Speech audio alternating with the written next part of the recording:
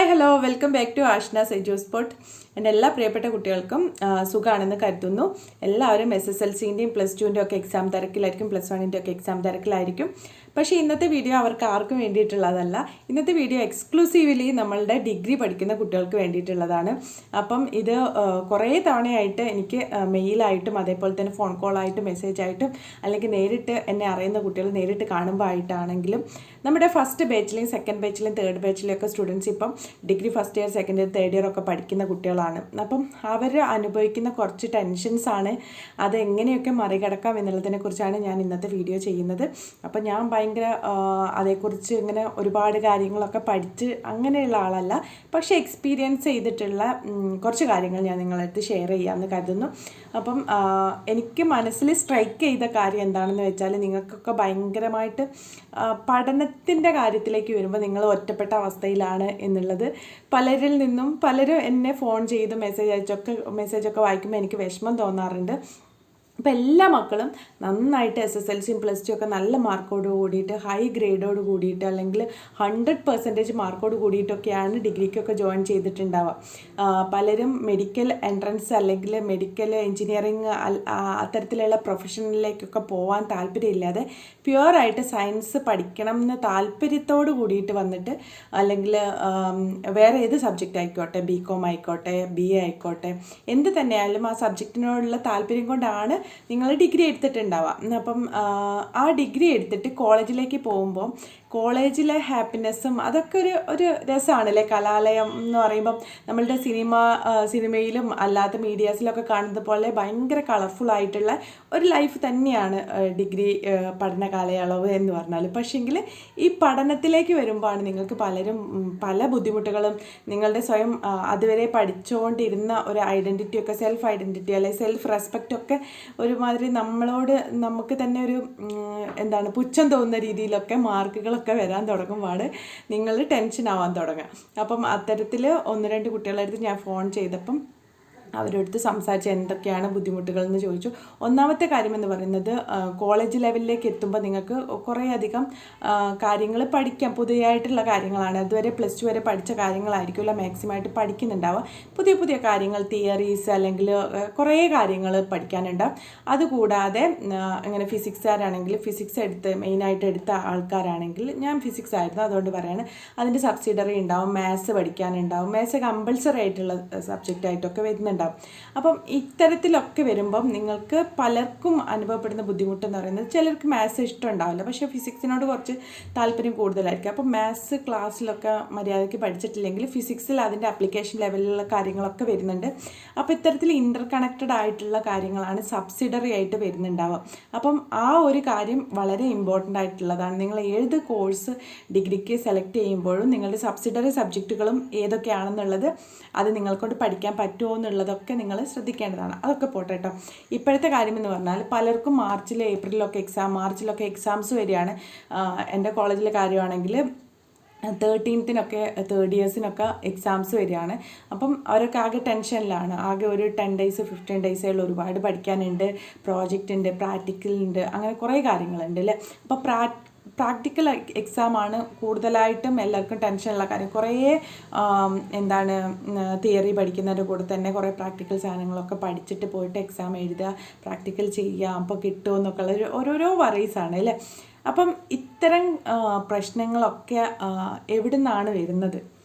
ഒന്നാമത്തെ പ്രശ്നം എന്ന് പറയുന്നത്, ഡിഗ്രി സ്റ്റാർട്ടിങ് മുതലേ നിങ്ങൾ ഇനിയിപ്പോൾ ഡിഗ്രി ഇത് കേൾക്കുന്ന ആൾക്കാർ ഡിഗ്രി ഇപ്പം ലാസ്റ്റ് മന്ത്സൊക്കെ ആയിട്ടുണ്ടാവും. അതായത് ഫസ്റ്റ് ഇയർ തന്നെ ലാസ്റ്റ് മന്തൊക്കെ ആയിട്ടുണ്ടാവും. എങ്കിലും ഞാൻ പറയുകയാണ്, നിങ്ങൾ പ്രതീക്ഷ കൈവിടരുത്. സെക്കൻഡ് ഇയറും തേർഡ് ഇയറൊക്കെ നന്നായിട്ട് പഠിക്കണം.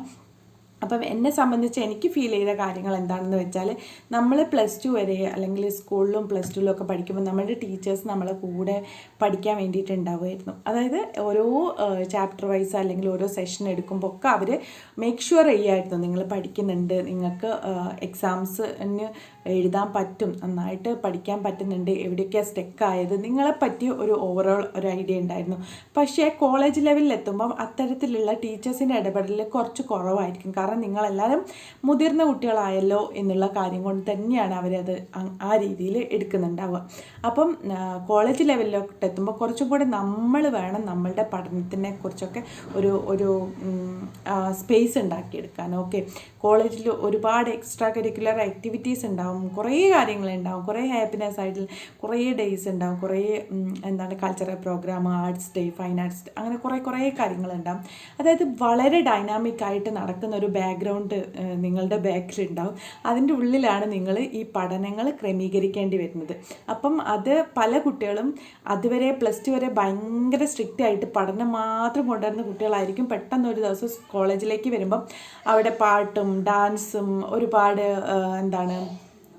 സ്പീച്ച്, അങ്ങനെ പല ഡിഫറെൻ്റ് ആയിട്ടുള്ള ഡൈനാമിക് ആയിട്ടുള്ള കളർഫുൾ ആയിട്ടുള്ള ഒരു കാര്യം നമ്മളെ മുന്നിൽ ഇങ്ങനെ ഉണ്ടാകുമ്പം പഠനത്തോടൊക്കെ സ്വാഭാവികമായിട്ട് നമ്മൾക്ക് ഒരു വിരക്തി വരും. നമ്മൾ കുറച്ച് ബാക്കപ്പ് ചെയ്യും, അതായത് പഠനം കുറച്ച് ബാക്കോട്ട് മാറ്റി വെക്കും. അപ്പോൾ ഫൈനലി നിങ്ങൾ തന്നെയാണ് സ്ട്രഗിൾ ചെയ്യേണ്ടി വരുന്നത് അല്ലേ.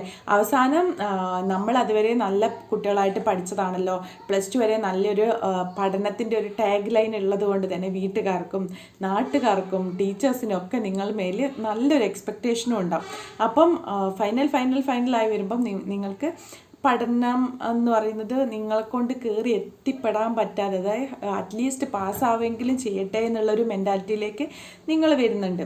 അപ്പം ഇതൊക്കെ എന്തുകൊണ്ടാണ് നമ്മൾ ഇതിനെക്കുറിച്ച് ചർച്ച ചെയ്യണോ, ഇത് എങ്ങനെ ടാക്കിൾ ചെയ്യാം എന്നുള്ളതിനെക്കുറിച്ചൊക്കെ ഞാൻ അടുത്ത വീഡിയോയിലായിട്ട് സംസാരിക്കുന്നതായിരിക്കും.